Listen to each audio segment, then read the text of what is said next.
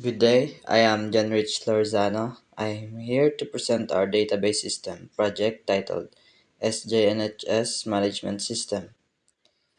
Here in our first slide, we can see here our EER or the Enhanced Entity Relationship Diagram.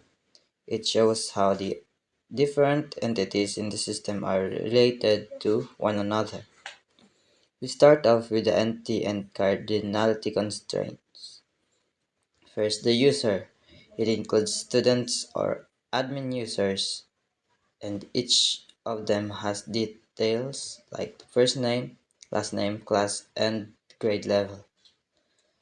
Mandatory one user can borrow optional many books, and each book can only be borrowed by one user. Then, the book entity holds all the book records, including title, author, and the number of copies. It is a supertype that has two subtypes, which are the borrowed and returned. We used here the partial specialization. Our supertype is not a member of subtypes, and disjoint rule because you can't borrow and return a book at the same time. The borrow and return entities track when a book is borrowed and returned. If a book is returned late, it results in a penalty, which is linked to the book and it includes the date and the duration. Mandatory one borrow can have optional one penalty. Mandatory one penalty may result in optional one fine. From there, a fine may be issued to the user which is recorded under the fine entity.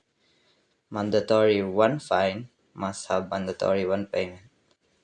Lastly, any payment made for the fine is recorded in the payment entity. In our second slide, we can see our relational model. The relational model defines how data is organized into tables or relations in a library management system. Each table represents an entity or a relationship between entities. So here's our breakdown of each table. The user entity has the attributes user ID, first name, middle name, last name, class section, and then grade level. This stores details about library users like the admin or the students. And user ID is the primary key. The book entity has the attributes book ID, user ID, title, author, and copies owned.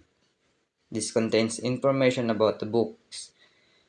And then the book ID is the primary key. Third is the borrow. It has three attributes: the book borrow ID, borrow date, and the due date. This records when a book is borrowed and when is its due date. The book borrow ID is the primary key. The fourth one is the return entity. The attributes are book return ID and the return date.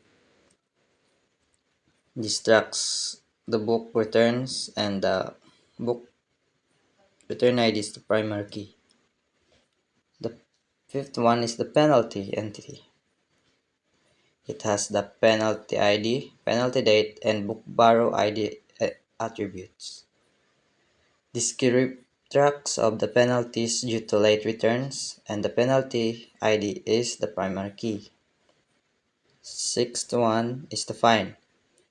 It has fine ID, user ID, penalty ID, and the fine amount as its attributes.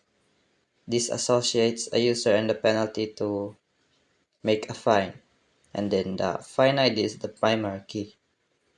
The last one, the payment.